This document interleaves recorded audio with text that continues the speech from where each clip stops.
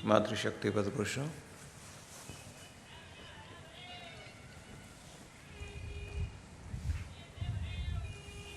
उपनिषदों में ऐसे कहा गया है,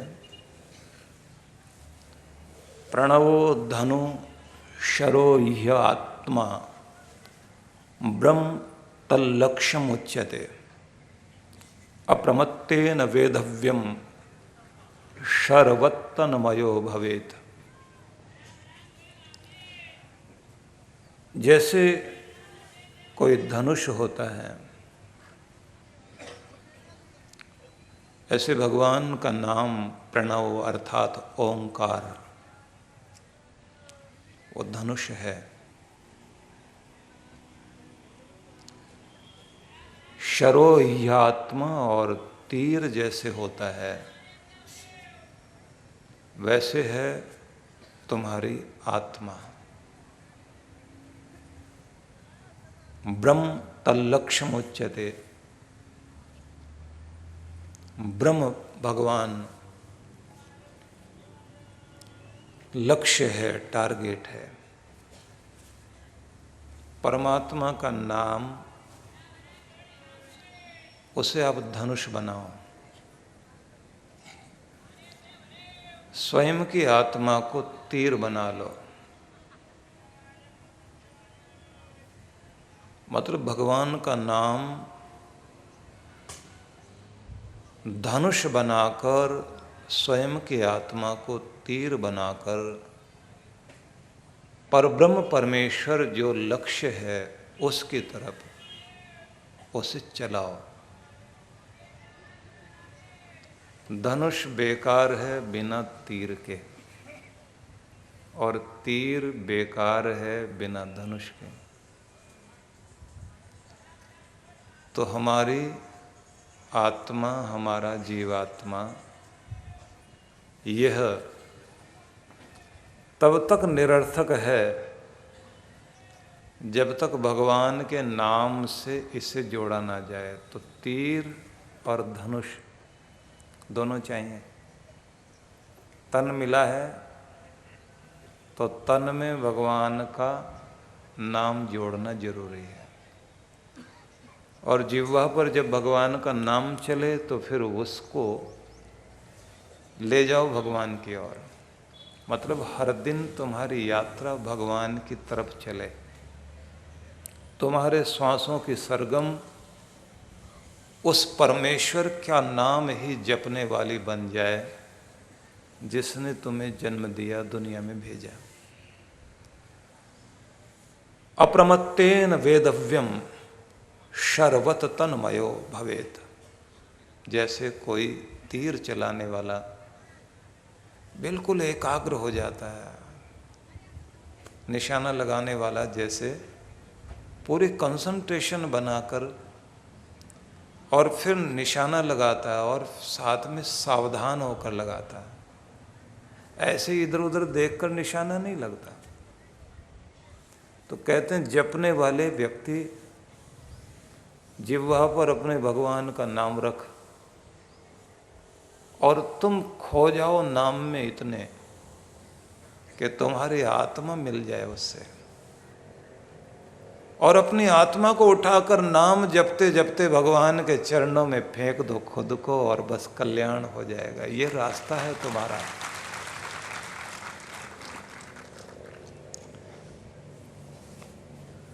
तो जीवन बेकार है अगर इसमें भगवान का नाम नहीं है।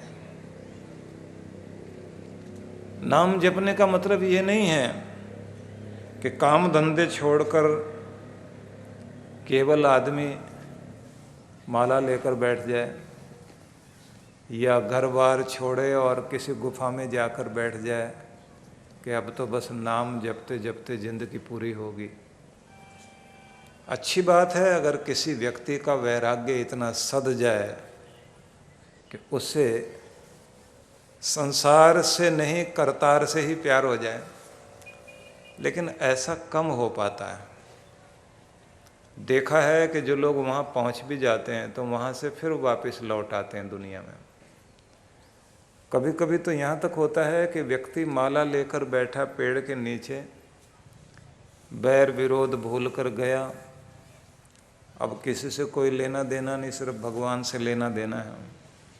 लेकिन जहाँ भी आदमी जाएगा तो वो कहते हैं ना, पंचत्वा अनुगमिष्यन्ति यत्र यत्र गमिष्यसि। विदुर जी ने ऐसे कहा अपनी नीति में। तुम कहीं भी चले जाना दुनिया में, 5 लोग साथ चलेंगे ही चलेंगे। एक आदमी तो वो जो जाते तुम्हारा दोस्त बनेगा। कहीं भी गए एक न एक दोस्त मिलेगा, और एक न एक वो भी होगा जो दुश्मनी करेगा बिना बात के। कुछ बिगाड़ा नहीं तो भी शुरू हो जाएगा। जहाँ जाओगे तो एक दोस्त और एक दुश्मन, और एक वो जिसके सहारे पर तुम रहोगे, एक वो जो तुम्हारे सहारे पर रहेगा। 4 हो गए। एक 5वां और मिल जाएगा जिसे न तुम्हारे से कोई लेना देना, न तुम्हारे दुश्मन से कोई लेना देना। तो 5 हो गए ना। इसी का नाम है समाज। जहाँ जाओगे ये तो मिलेगा ही आपको। तो कहा है कि अगर जंगल में भी चले गए तो वहाँ भी यही होगा। माला लेकर बैठा था पेड़ के नीचे, अब कौवा आ गया। उसने सोचा कि कोई नहीं बैठता था, ये बैठा है तो और कुछ नहीं बिगाड़ सकता, इसके ऊपर बीट करूँगा। ढूंढ के वहीं आया और ऐसा निशाना साधा उसने, कर दिया टीका। अब ये जो उठ के भागा, माला तो रख दी एक तरफ, बोला पहले तुझे निपटूंगा मैं, बाकी तो बाद में जपेंगे माला। अब पत्थर लेकर कभी इधर फेंके कभी इधर, और वो कौवा भी कमाल का था, उसने बिरादरी इकट्ठी कर ली अपनी। उसकी बिरादरी के बहुत लोग होते हैं ना। अब बिरादरी वाले आगे सब चिल्लाएं तो अब ये वहां से छोड़ के दूसरी तरफ गया। अब वो भी कमाल के, जिधर ये जाए पीछे पीछे वो भी। अब ये कहता है इससे तो अच्छा अपना घर ठीक था। जहां जाए वहीं कोई ना कोई अड़चन। इसलिए एक ही बात कही जाती है, नाम जपने में बाधा आती है, जंगल में भी बाधा आती है, घर में भी। क्योंकि घर में माला लेकर बैठे, कोई महिला नाम जपने के लिए बैठे तो कोई ना कोई तरह तरह के स्वर शुरू हो जाते हैं। कभी बच्चा रोएगा, कभी कोई बाहर वाला आवाज़ देगा, कभी नौकर काम करते करते बर्तन ही ऊपर से फेंक देगा। तो माला छोड़कर ध्यान जाएगा प्लेट टूटी है या चम्मच गिरी है। ध्यान इसी पर जाता है ना, कौन उठाया, किसने आवाज़ लगाई। अब बैठे बैठे ध्यान इधर उधर भंग होता है। फिर आप जाते हैं, आकर सब ठीक करके आते हैं, फिर माला पकड़े, फिर ध्यान हटा।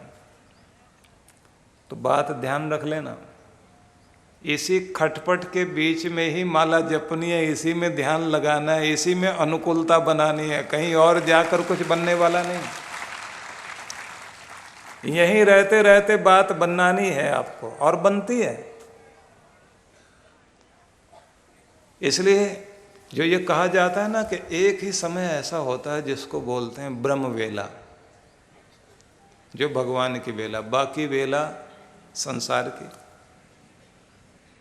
उस समय में कोई कुछ नहीं करेगा।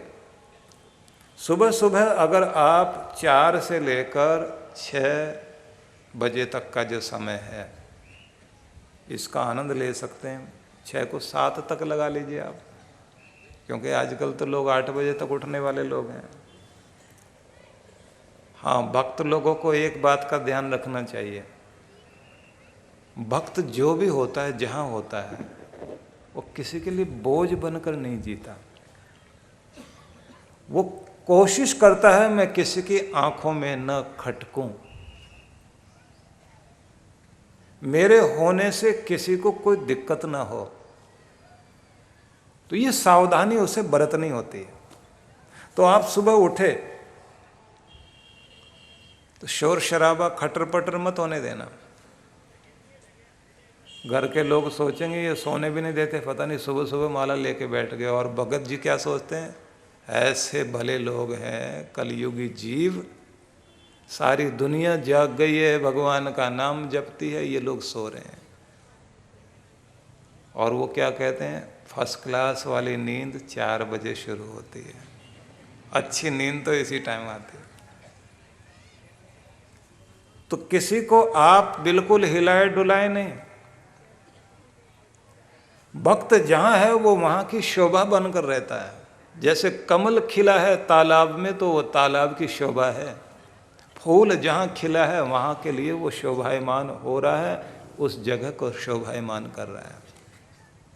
एक नन्हा सा बच्चा जैसे अपने घर आंगन की किलकारियों के साथ आनंद और मुस्कुराहट के साथ शोभा बन करके चल रहा होता है, ऐसे भक्त जहाँ भी होता है वो हर जगह की शोभा बनकर जिया करता है।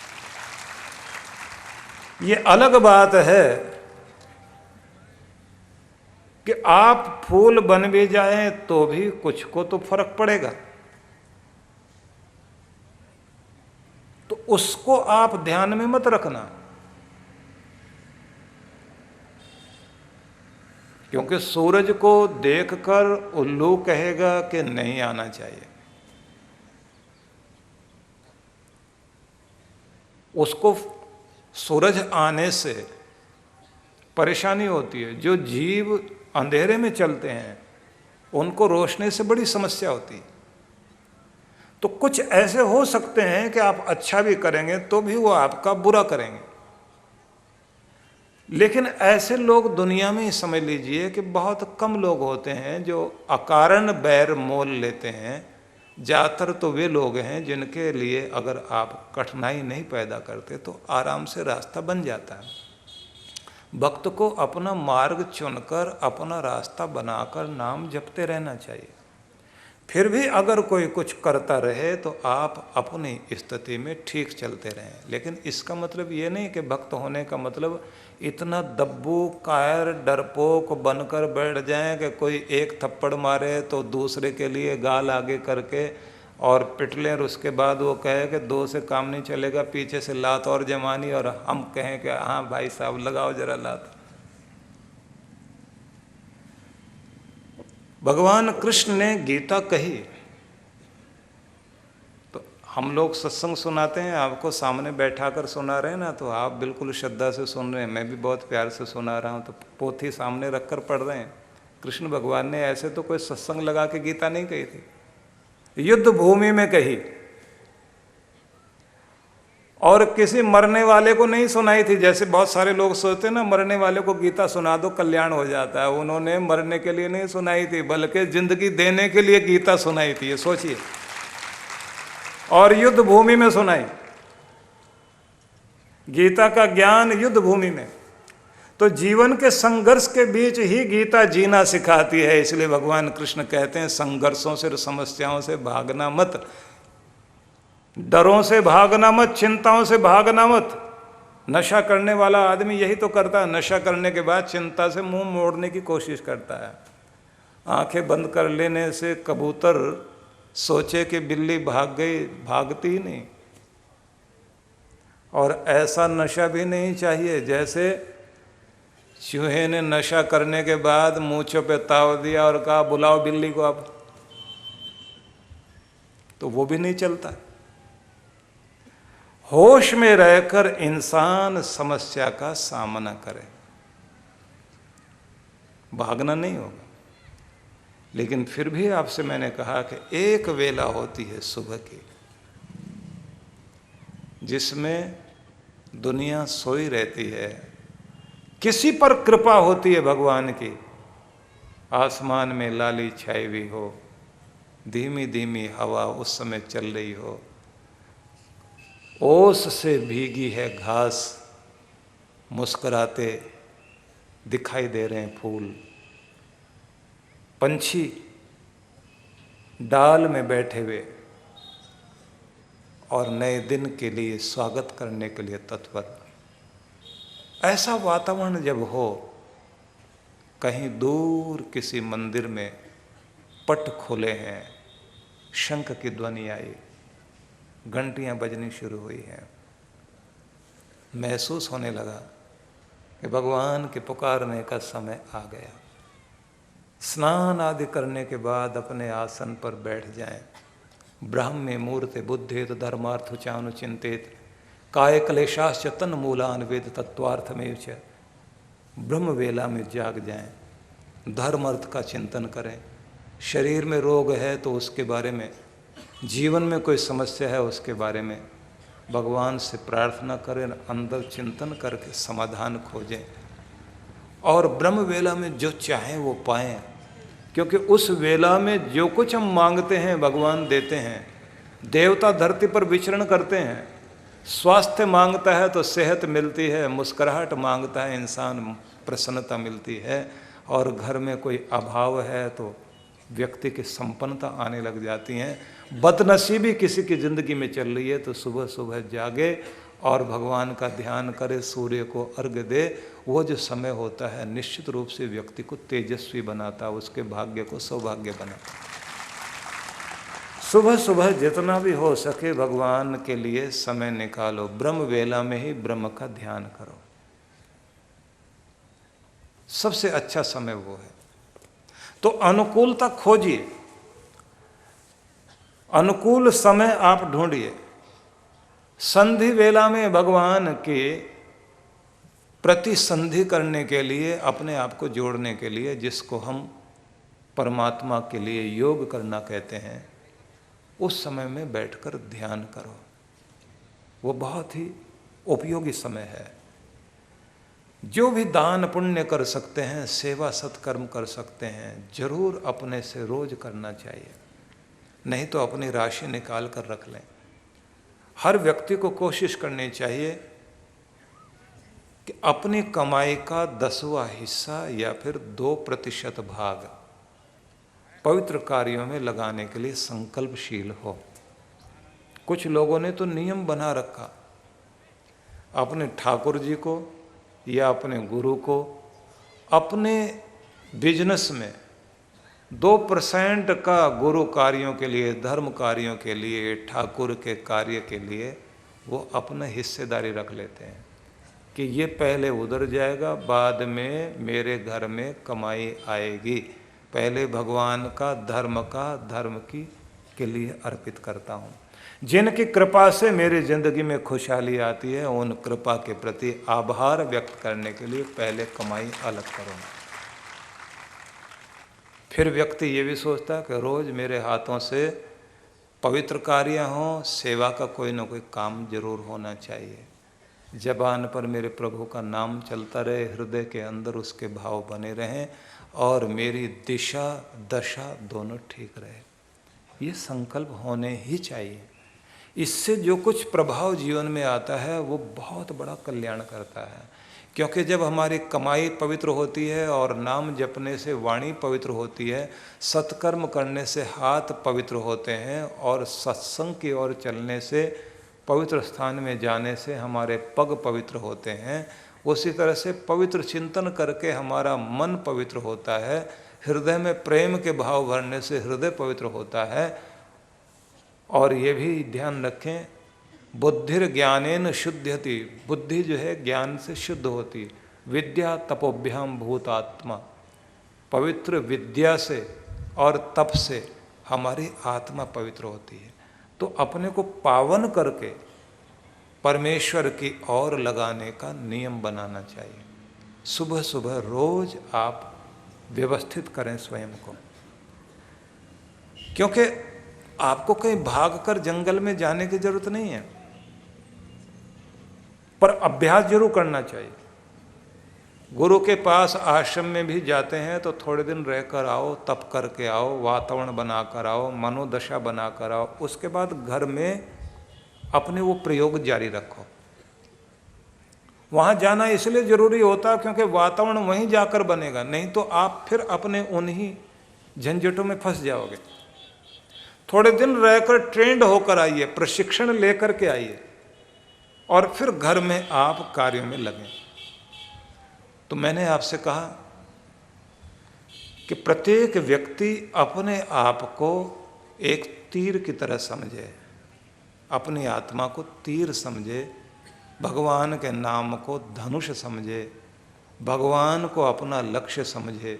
जैसे एकाग्रता से एक टक होकर व्यक्ति अपने लक्ष्य में सावधानी पूर्वक उसे भेदता है, ऐसे ही एकाग्र हो भगवान की तरफ, आलस्य रहित होकर भगवान की तरफ चलें तो आपकी भक्ति सफल होगी।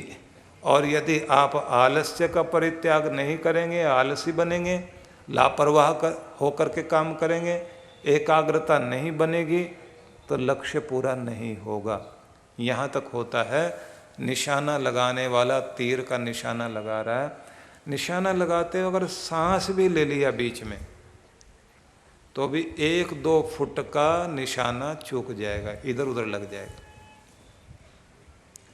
तो बिल्कुल सांस रोककर जैसे एकाग्रता बनाकर तीर छोड़ा जाता है, ऐसे आप अपना ध्यान बनाकर एकाग्रता के साथ अपना नाम जपते हुए भगवान के प्रति अपने आप को भगवान की तरफ ले जाइए।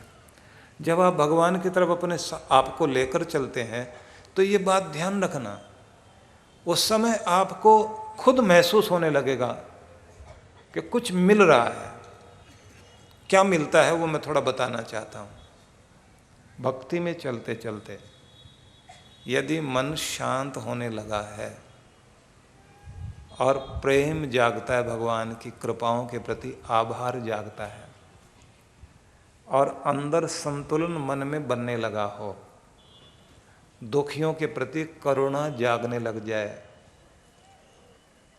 तो सोचना कि मैं भगवान के द्वारा चुन लिया गया हूँ और मेरे प्रभु ने अपने आसन पर बैठने का अधिकार मुझे दे दिया, उसका आशीर्वाद मिलने लग गया। सेवक के लिए सेवा में रस आए, दानी को दान में रस आए, भक्त को भक्ति में रस आए, सत्संगी को सत्संग में रस आने लग जाए और उसके लिए 10 काम छोड़कर जाए, तो इसका मतलब हम चुन लिए गए, स्थिर होने लग गए, मन टिकने लग गया, रस आने लग गया, तो ये सीढ़ी दूसरी चढ़ गए। और जैसे ही रस आने के साथ साथ अंदर संतुष्टि, शांति, प्रफुल्ल है और धन्यवाद करते हैं भगवान का। लाख लाख शुक्र है भगवान, तूने मुझे हजारों से नहीं लाखों से अच्छी हालत में रखा हुआ है, मैं कितना धन्यवाद करूं। तो समझना और सीढ़ी चढ़ गए हम। और जब अंदर नाम जपते जपते भगवान की वो ओंकार की धुन सुनाई देने लग जाए, महसूस होने लग जाए जैसे वो उसका एक तारा बज रहा है, मीरा के हाथ में जैसे एक तारा, नारद जी के हाथ में जैसे वीणा, जैसे कृष्ण के हाथ में बांसुरी, जैसे शिव के हाथ में डमरू, तो जैसे डमरू भी बज रहा है, जैसे नारद की बीन भी बज रही है, जैसे मुरली मनोहर के तान गूंज रही है, जैसे मीरा का एक तारा बज रहा, ऐसे संगीत अंदर महसूस होने लग जाए। समझना कि अब मुझे उसके स्वर सुनाई देने लग गए, नजदीक में हूं कहीं, प्यारे का धाम दूर नहीं है। क्योंकि महल जहां होते थे राजाओं के, बाहर नौबत खाना होता था, बंदीजन जहां बैठकर साज बजाते थे। जब आपको अंदर आवाज आने लग गई है, अंदर धुन में सुन, ऐसी कोई धुन सुनते सुनते आप खोने लग गए हैं, तो समझना राजा के महल के बाहर आ गए, नौबत खाने की आवाज सुनाई देने लग गई है। अब अंदर के दरवाजे खोलने ही वाले हैं, धन्यवाद करना और आगे बढ़ते जाना।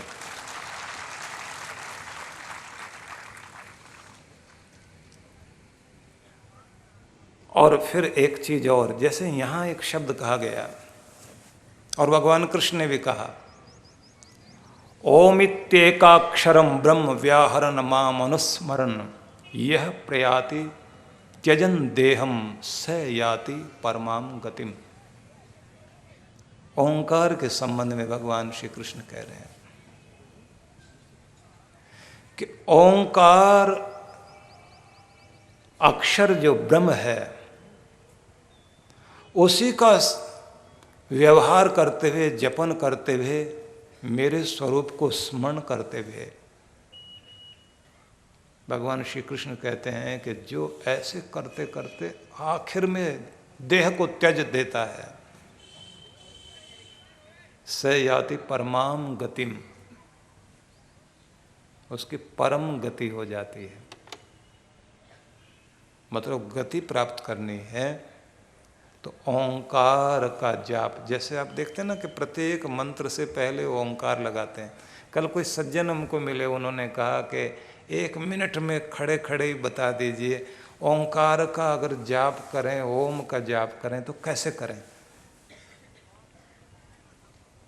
अब खड़े खड़े मैं उनको हंसने लगा, मैंने कहा खड़े खड़े कैसे बताएं। बोले खड़े खड़े बता दीजिए।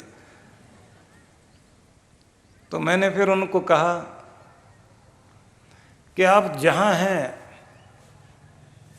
वहीं थोड़ी देर के लिए स्थिर होकर अपने प्रभु की उस धुन को अंदर सुनो, जिसे अनाहत नाद कहते हैं।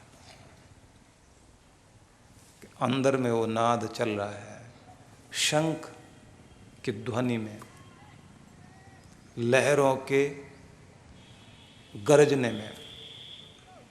महसूस करो कि जैसे ओंकार का ही नाद चल रहा, ओम।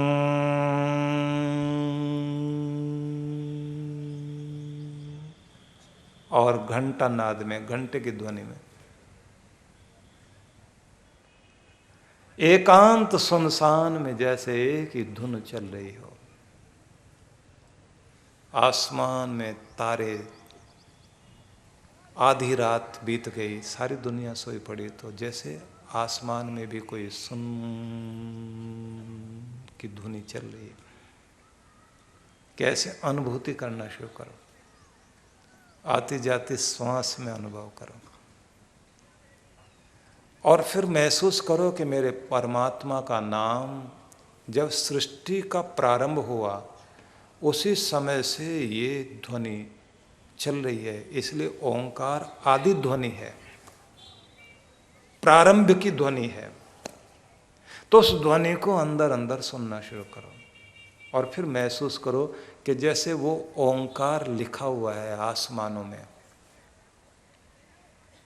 फिर महसूस करो कि जैसे वो हवाओं में सुनाई दे रहा है, फूलों में लिखा दिखाई दे रहा है, इंद्रधनुष के रंगों में जैसे वो दिखाई दे रहा है लिखा हुआ। लोग जाते हैं ना पर्वतों को देखते हुए कैलाश की ओर, तो एक पर्वत आता है ओंकार पर्वत, तो वहां बर्फ से लिखा जाता है ओम। लेकिन परमात्मा ने तो ओंकार जैसे लिखते हैं ना, वो बनाकर ऊपर बिंदी लगाकर जैसे बनाते हैं, ऐसे बिल्कुल आपके चेहरे पर भी लिखा हुआ है। ये जो आपकी आंखें हैं, तो यहाँ से देखिए ना, ऐसे करके नाक को लेके ऐसे करके ये ओम बन गया ना। फिर ये जो नासिका है, नासिका में भी यहाँ से ऐसे करके ओम बन गया, ये बन गया ना एक। ऐसे यहाँ से लेके भी एक बन गया, और फिर होठ में भी बन गया ऐसे। फिर आप अंदर मुंह खोलें तो गले में भी आपके इसी तरह ओम बन जाएगा, और यहाँ देखें तो यहाँ भी ओम बन जाता है, और ये जो आपकी भुजाएं हैं इसमें भी ओम बन जाता है। तो पूरे में ओम ही ओम लिखा हुआ भगवान ने।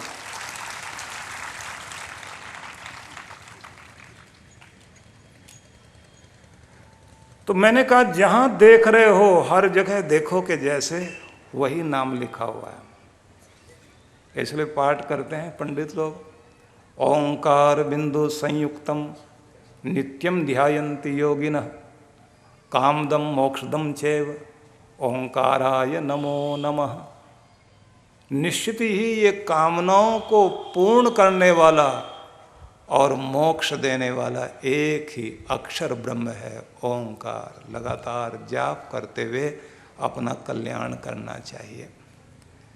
मंत्र के साथ ओंकार का उच्चारण करते हैं तो इसीलिए तो, और इसलिए आप देखिए कि जब इस ओम शब्द का एक एक अक्षर अलग करके देखते हैं, 3 मात्राओं के साथ या 3 रूपों में, 3 अक्षर है ना, अ, उ और म, तो 3 चीजें समझ में आती हैं। अ अक्षर बोलते ही होठ खुल गए, ऊ कहते ही होठ गोल हो गए, और म कहते ही होठ बंद हो गए। तो पता लगा कि इस ओम कहने में ब्रह्मा विष्णु महेश अर्थात परमेश्वर का समस्त बोध हो जाता है, जो दुनिया को खोलने वाला, दुनिया का पोषण करने वाला, दुनिया को बंद करने वाला, वो परब्रह्म परमेश्वर जो करता धरता संघरता है, वो ओम में ही विद्यमान है। ब्रह्मा कहें तो आखिर में होठ खुले रह जाते, ब्रह्मा। विष्णु होठ गोल हो जाते हैं, वो में विष्णु है ना। आ में जो अ अक्षर अ उ म, तो अ अक्षर के साथ जुड़े हैं ब्रह्मा, तो ब्रह्मा के साथ जो दुनिया का स्विच ऑन करता है ब्रह्मा, तो मुंह खोला रह जाता है, बंद ही नहीं होता। मतलब ये वो है जो खोलता है, तो इसलिए मुंह को खोल देता है ब्रह्मा, तो मुंह खोला रह जाता है। और विष्णु कहिए, विष्णु तो होठ गोल, मतलब पूरे को, पूरे संसार को, ब्रह्मांड को अपने गर्भ में रखकर जो पोषण कर रहा है, गोलाकार को जो सारी दुनिया को अपने अंदर रखकर जो पोषण दे रहा है, विष्णु तो होठ गोल रह गए, मतलब पूरा पालन पोषण जो कर रहा है विष्णु। और जैसे आगे कहा ओम, तो ये आधा अक्षर है, हलंत अक्षर है, मतलब माँ के नीचे हलंत लगा हुआ है, तो इसमें अ नहीं बोला जाता। ओम तो मतलब होठ बंद हो गए। तो शिव जी को याद कर रहे हैं। शिव जी को याद करने का मतलब क्या, सिर्फ स्विच ऑफ करते हैं ऐसा नहीं, जो आपकी रोज आंखें बंद करके आपको नींद दें, जो आप कोई स्वाद ले रहे हो ना, और स्वाद लेते लेते आपकी आंखें बंद हो जाएं और कहते हैं बहुत आनंद आ रहा है, तो वो जो आनंद देने वाला, जब आंखें बंद हो जाएं और आप आनंद लेने लग जाएं, रस लेने लग जाएं, जो आनंद देने वाला वही शिव है। सुख लेना, शांति लेनी है, चैन लेना है, बिना शिव के कृपा के होगा ही नहीं। शिव वो है जो प्रेम देता है, इसलिए प्रेम अक्षर भी अपने आपे में ऐसा है कि जो आपको मिलाता है। तो प्रेम बोल के देख लीजिए, प्रेम तो होठ मिलते हैं ना, प प प बोलें, म बोलें, होठ मिलते हैं, क्योंकि अक्षर ही ऐसे रखे हैं ऋषियों ने कि जो मिलाते हैं। प म ये होठों को मिलाता है, तो प्रेम वो जो मिलाए। और झगड़ा बोल के देखिए, देखें होठ मिलते हैं क्या, झगड़ा झगड़ा झगड़ा बोल के देखो, एक दूसरे की तरफ देख के मत बोलना, मेरी तरफ देख के बोलना। मेरी तरफ देख के बोल लीजिए, मैं झगड़ा नहीं करूंगा। तो झगड़ा, होठ खुले रह गए ना, बंद ही नहीं होते, तो झगड़ा किसी को मिलाता है क्या, अलग ही करता है। तो झगड़े में जब होठ नहीं मिले, अच्छा तकरार बोलिए, तकरार, देखिए होठ मिले क्या, तकरार, रा रा ता नहीं मिलते ना। और प्रेम पैसे ही, पहले अक्षर से ही मिले, आखिरी वाले से भी मिल गए, तो प्रेम में ताकत है मिलाने की। तो ओम जब बोलते हैं तो ओम का आखिरी अक्षर कहता है कि मैं तुम्हें आनंद से मिलाता हूँ। भगवान शिव हमें प्रेम से जोड़ते हैं, अद्भुत है। तो जब हम ओम अक्षर का उच्चारण करते हैं तो कहते हैं यही हमें शक्ति देता है, यही हमें मुक्ति देता है, यही हमें पोषण देता है, यही हमें उन्नति देता है। मुक्ति पानी है तो कहते हैं इसी का सहारा लेना चाहिए, और भुक्ति पानी है, संसार के भोग भोगने हैं तो भी इसी का सहारा लें। खटवांग राजा की कथा सुनाई जाती है ना, आप लोग सुनते रहे हैं, तो उसमें एक बात बहुत अच्छी लगती है। खटवांग राजा मृत्युशैया पर है, और जब मृत्युशैया पर है तो उन्होंने अपने गुरु को बुलाकर कहा, महाराज मुक्ति कैसे हो, कुछ रास्ता बताओ।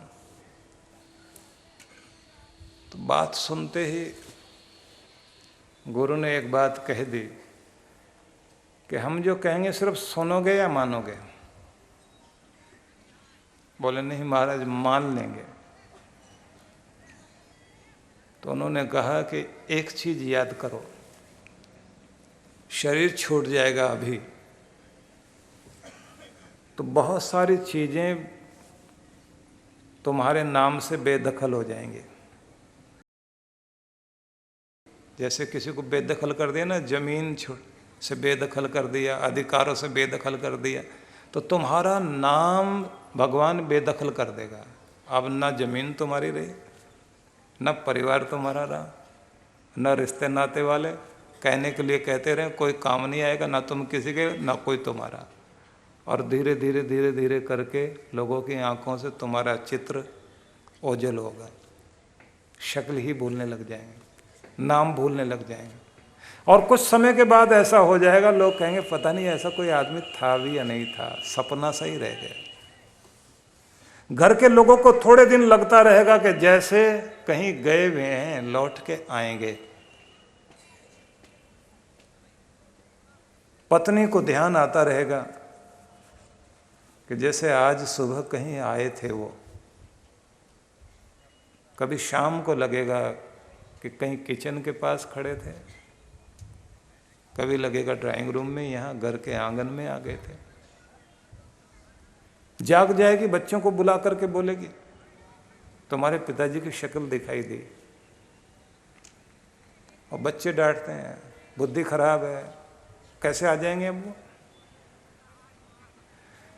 उस बेचारी को याद आता रहता, बाकी किसी को नहीं। सब डांट रहे होते हैं कि सब भूल जाता है इंसान, धीरे धीरे बेदखल कर दिए जाओगे थोड़ी देर के बाद। गुरु ने कहा मौत तुम्हें बेदखल करेगी दुनिया की चीजों से, अधिकारों से।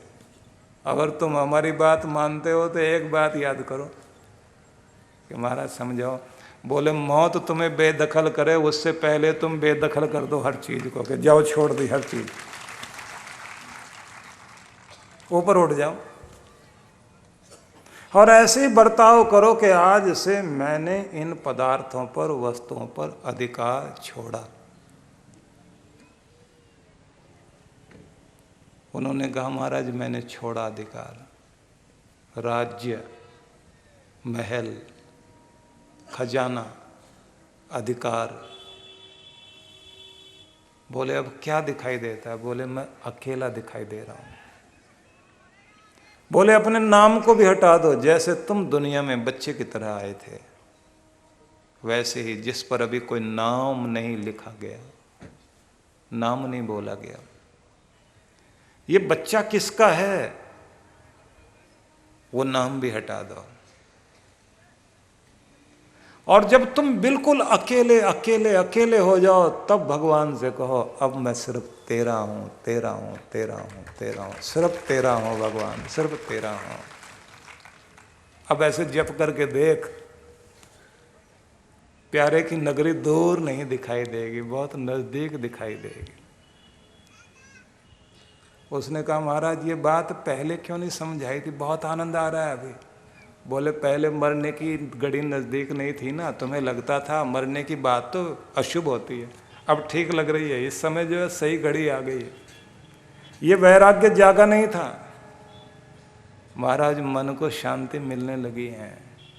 बोले शांति मिलते मिलते जैसे आगे पहुंच जाओगे और कहोगे मैं तेरा हूँ, तेरा हूँ, तेरा हूँ, तेरा हूँ, तेरा हूँ, सिर्फ तेरा हूँ, और उसी में खो जाओगे तो फिर इसी स्थिति में मुक्ति होगी। रास्ता केवल यही है।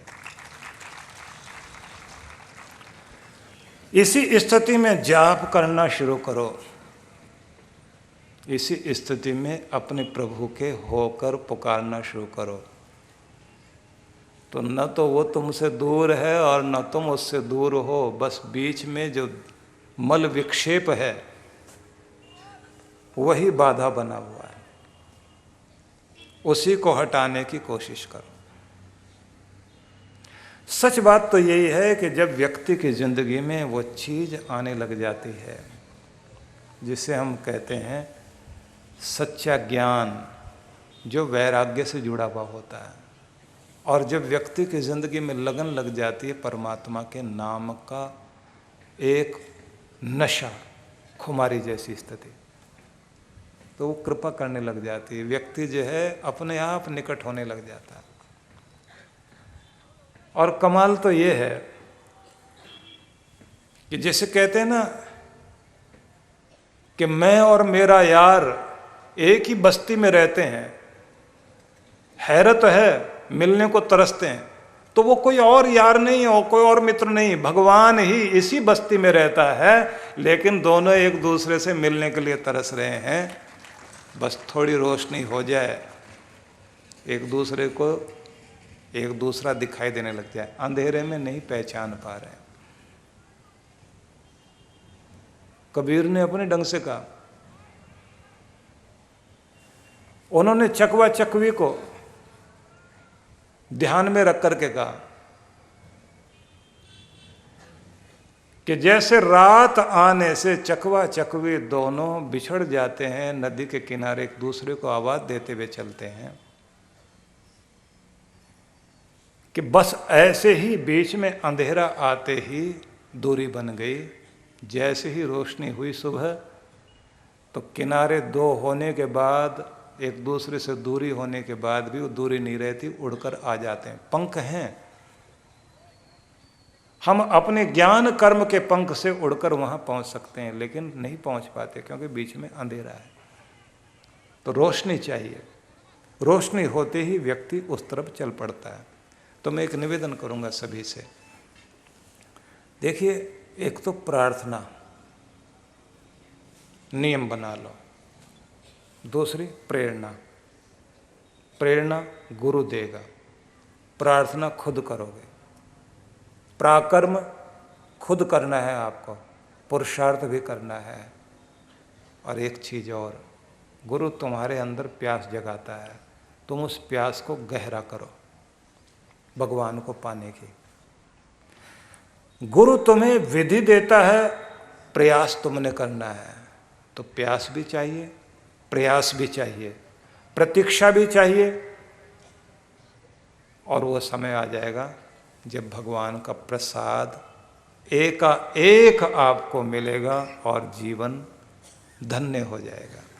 लगातार कोशिश जारी करो। कैसे करना है? पहली बात तो मैं ये कहूंगा कि सच्ची प्यास जगाओ अंदर। जिसको प्यास है वो काम धंधा छोड़कर पानी की तरफ जाएगा। एक सज्जन हमारे पास थे, हम लोग कुल्लू मनाली में ध्यान साधना करा रहे थे, तो एक बोले सुबह सुबह मैं थोड़ा बैठ नहीं पाया। मैंने कहा क्या हुआ? बोले जहाँ ठहरे हुए थे ना, यहाँ से वो चीज़ दूर मिलती थी। मैंने कहा कौन सी चीज़? बोले मुझे जो है ना थोड़ी थोड़ी देर के बाद में सिगरेट पीने की आदत है, और जो मैं अपने खास ब्रांड वाली ढूंढता हूँ वो मिल नहीं रही थी। बोले मैंने साधना छोड़ दी और मैं कहाँ तक, बोले 3-4 किलोमीटर तक गया और सोचता रहा कि किसकी नौकरी कर रहा हूँ, कहाँ कहाँ तक भगा के ले जा रही। बोले 2 खोखे तो ऐसे थे, खोखा होता ना जहाँ वो बैठ के बेचते हैं लोग। बोले पहले तो मैं उसके पास गया, उस मोड़ पे किसी ने बताया कि यहाँ चले जाओ ना भाई साहब, यहाँ मिल जाएगा आपको। वहाँ गया तो वहाँ दुकान बंद। उसके बाद में फिर उन्होंने पहाड़ी एरिया के सुबह सुबह सांस चढ़ गया मेरा। बोले फिर मैं दूसरी तरफ गया तो वहाँ भी दुकान बंद हो गई।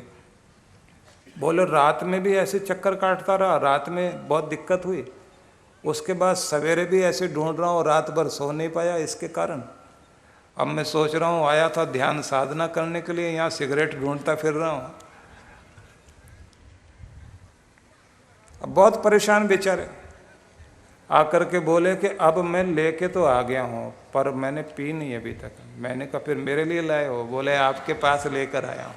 मैंने कहा क्या चाहते हो? बोले आप ही अपनी हिम्मत से इसको फेंक दीजिए। मैंने कहा मैं तो 1 सेकंड में फेंक दूंगा। बोले नहीं नहीं, आप मेरी तरफ देखकर फेंकिए। मैंने कहा मैं तो फेंक दूंगा। बोले आप एक बात बताइए, मैं इसको फेंकना चाहता हूँ, मैं फेंक दूंगा। मैंने कहा हाथ में लीजिए और फेंकिए। बोले कुछ होता है फेंकते हुए, जोर सा पड़ता है। वो हाथ में ले और कई बार सिर खुजाएं अपना और कहें कि फेंक दूं। मैंने कहा फेंक दीजिए। यहीं फेंक दूं? मैंने कहा यहीं फेंक दीजिए। एक पी के देख लो पहले। और वो फिर ऐसे करे और बार बार कहे अच्छा 2 दिन ठहर के आपकी साधना हो जाए उसके बाद देख लूं। मैंने देखा कि एक व्यक्ति गुलामी करने लग जाए नशे की, उसका नौकर बन के कहाँ कहाँ भटकता फिरता। और बहुत अच्छा इंसान, भगवान ने सब साधन संपन्नता दे रखी थी। उसके बाद उस व्यक्ति ने थोड़ा घूम फिर के आया। वो मैं किसी से बात करने लगा इतनी देर में, तो चक्कर काट के आया। मैं भी देखता रहा उसकी तरफ, बात जरूर मैं भी दूसरे की तरफ कर रहा था। तो वो चक्कर लगा के आया और आकर के बोला गुरुजी मैं आशीर्वाद दो। मैंने कहा क्या करने जा रहे? बोले बस जोर लगाऊंगा अब। और वो गया जाके जिधर घाटी थी, बहुत गहरी खाई थी, उधर की तरफ बहुत जोर से उसने फेंका। फेंकने के बाद मैं देख रहा था, मैंने कहा पीछे मुड़ के देखता है या नहीं कि कहाँ गिरी कहाँ नहीं है। तो मैंने देखा उसने पीछे मुड़ के देखा नहीं कि कहाँ गिरी है वो चीज़ जाकर। तो वापस आया, बोला क्या लगता है आपको छोड़ दूंगा? मैंने कहा आप छोड़ दोगे? बोले आप कैसे कह सकते? मैंने कहा पीछे मुड़ के देखा नहीं कि क्या छोड़ के आया हूँ। इतनी हिम्मत से फेंक कर आए हो तो जरूर छोड़ दोगे। बोले किसी को बताना नहीं। मैंने कहा यहाँ नहीं बताऊंगा, कहीं और बताऊंगा जाकर। मैंने उनका नाम नहीं बताया। आदमी की जिंदगी में कहीं ना कहीं कमजोरियां होती हैं, और जब वो बहादुर बनकर उन्हें फेंकने के लिए तैयार होता है तो जिंदगी में वो क्षण आ जाता है जब वो आत्मजयी बनता है। और जो आत्मजयी होता है वही कालजयी भी होता है, और ऐसा ही परमात्मा की कृपा पाने का अधिकारी बनता है। तो मैं निवेदन करना चाहता हूँ, ये क्षण है यहाँ। आज हम, क्योंकि पूर्णिमा का अवसर है, और गुरु के पास बैठकर हमें एक अच्छी प्यास जगानी चाहिए। जैसे भटक रहा था वो नशे का बहुत ज़्यादा पागल बना हुआ मनुष्य, उसको खोजता फिरता था। ऐसे जिसको परमात्मा को पाने की प्यास लग गई, वो भी पूरी दुनिया में सिर्फ भगवान को ही खोजने में लगेगा और कुछ नहीं। तो सच्ची प्यास लगनी चाहिए।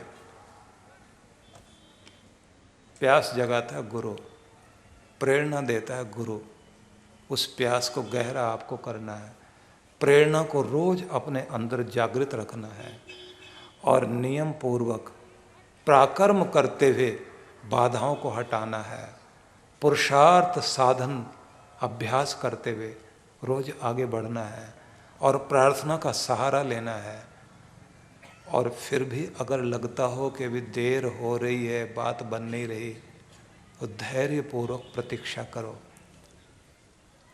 फिर वो क्षण आता है जब भगवान का प्रसाद मिलता है। तो इसलिए प्रार्थना, प्रेरणा, पराक्रम, पुरुषार्थ, इन सब से पहले प्यास को जोड़ लीजिए और सच्चे प्रयास को जोड़ लीजिए। निश्चित रूप से भगवान का प्रसाद हमको मिलेगा, हमारा उद्धार होगा, और ये जीवन हमारा सफल होगा। मैं सबको बहुत बहुत शुभकामनाएं अर्पित करता हूँ। आइए मिलकर अपने गोविंद से प्रार्थना करें।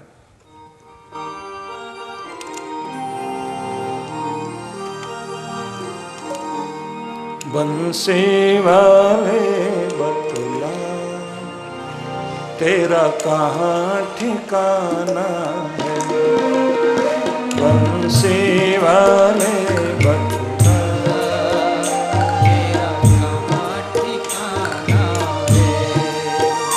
किस राह पे चलना है, किस राह में जाना है, बंसी वाले बतला तेरा कहाँ ठिकाना है, बंसी वाले बतला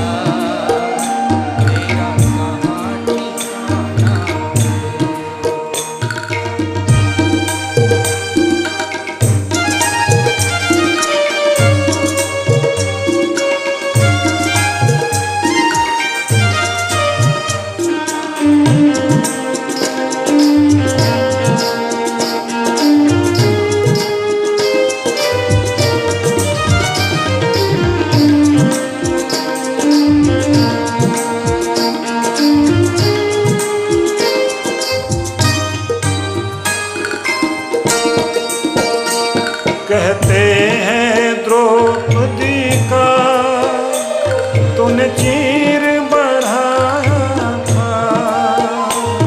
कहते हैं द्रौपदी का तूने चीर बढ़ाया था।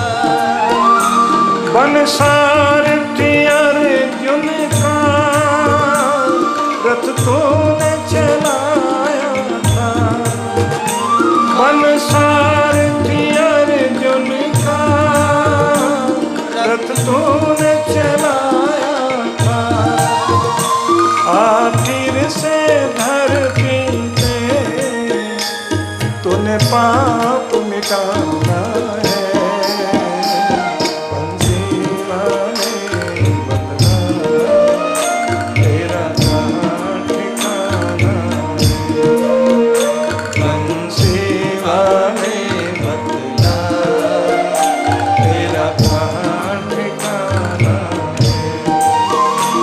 किस राह पे चलना है, किस राह पे जाना है।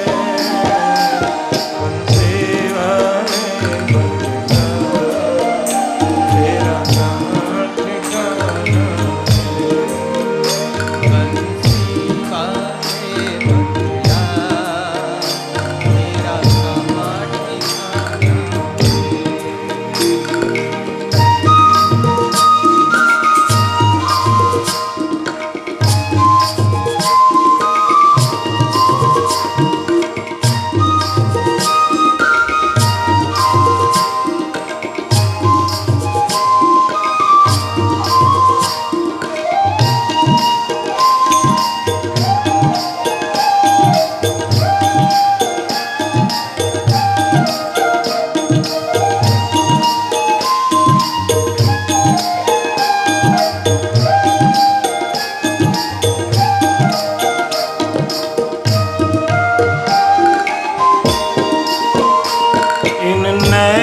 बरसते में कब आएगा बतला दे।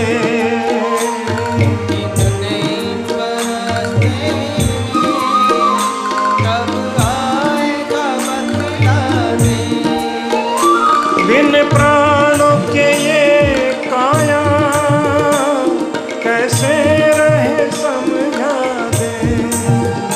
बिन प्राणों के ये काया कैसे रहे समझा दे। भक्त का टूटा हुआ विश्वास जगाना है। बंसी वाले बंदा तेरा कहाँ ठिकाना है। बंसी वाले बंदा तेरा कहाँ ठिकाना है। किस राह पे चलना है, किस राह पे जाना है।